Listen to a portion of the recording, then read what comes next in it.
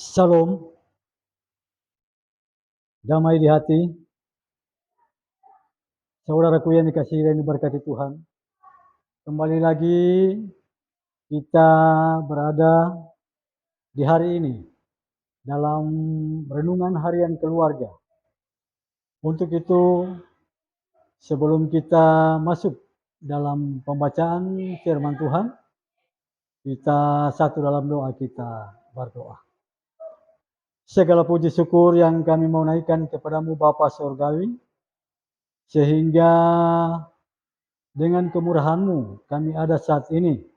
Sebagaimana kami ada, tubuh sehat, tubuh diberkati. Itu semua karena kemurahan-Mu yang Engkau nyatakan lewat pribadi kami. Saat ini Bapa, kami mau membaca dan merenungkan sebagian daripada renungan harian keluarga di saat ini. Tetapi Tuhan, biarlah Engkau tetap memberkati hamba-Mu. Engkau akan memberkati ketika mereka yang akan mau menonton dan mendengar akan kebenaran firman Tuhan. Saat ini Tuhan, kami percaya ada pengurapan daripada Engkau Tuhan berlaku bagi kami semua ketika kami mau memuji memuliakan nama Tuhan lewat ibadah renungan harian keluarga di hari ini. Terima kasih Bapa Surgawi.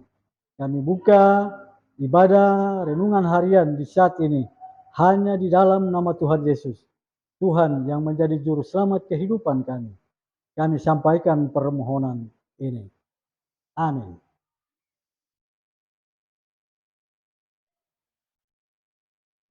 Jemaat yang dikasihi dan diberkati Tuhan, kita membaca firman Tuhan yang terdapat dalam renungan harian keluarga di hari ini, yang terdapat dalam Kisah Para Rasul, ayat 27, ayat 1 sampai ayat 1, pasal 1 ayat yang ke-26. Jadi Kisah Para Rasul 1 ayat yang ke-26. Untuk itu kita membaca, lalu mereka membuang undi bagi kedua orang itu, dan yang kena undi adalah Matias. Dan dengan demikian ia ditambahkan kepada bilangan ke-11 Rasul itu. Saudaraku yang dikasihi dan diberkati Tuhan, ada beberapa bagian Alkitab yang menginformasikan tentang buang undi dalam hubungannya dengan pengambilan keputusan. Biasanya berhubungan dengan penetapan sesuatu atau seseorang untuk posisi tertentu, juga untuk menentukan langkah atau cara selanjutnya yang akan ditempuh. Apakah membuang undi masih relevan atau zaman sekarang? Jawabannya adalah praktik membuang undi disebut 70 kali di dalam Perjanjian Lama dan 7 kali di dalam Perjanjian Baru. Kata undi itu sendiri artinya adalah sebuah batu kecil yang digunakan untuk praktik membuang undi. Praktik membuang undi paling sering dilakukan sehubungan dengan pembagian tanah ketika bangsa Israel di bawah kepemimpinan Yosua. Saudaraku yang dikasihi dan diberkati Tuhan, sebelumnya Tuhan Allah juga memerintahkan kepada bangsa Israel untuk membuang undi. Itu terdapat dalam bilangan 26 ayat 55, bilangan 33 ayat 54, dan bilangan 34 ayat 13. Tuhan juga mengizinkan bangsa Israel membuang undi untuk mengetahui kehendaknya di dalam hal-hal tertentu. Saudaraku yang dikasihi dan diberkati Tuhan, namun perlu diingatkan bahwa cara mengambil keputusan dengan membuang undi dicatat Alkitab terakhir dilakukan pada saat pemilihan pengganti Rasul Yudas Iskariot.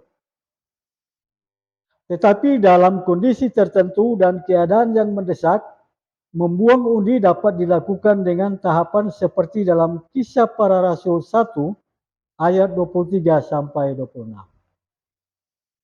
Gereja kita juga dalam situasi dan kondisi tertentu, pemilihan pelayan khusus dilakukan dengan cara mencabut undi setelah melalui suatu proses tahapan pemilihan pertama, kedua, dan ketiga. Saudaraku yang dikasihi dan diberkati Tuhan, yang terpenting untuk diingat, undian untuk mencari keuntungan tanpa bekerja adalah judi. Jadi judi adalah permainan dengan memakai uang atau barang berharga sebagai taruhan, atau main dadu atau kartu. Saudaraku yang dikasihi dan diberkati Tuhan, karena akar segala kejahatan ialah cinta uang.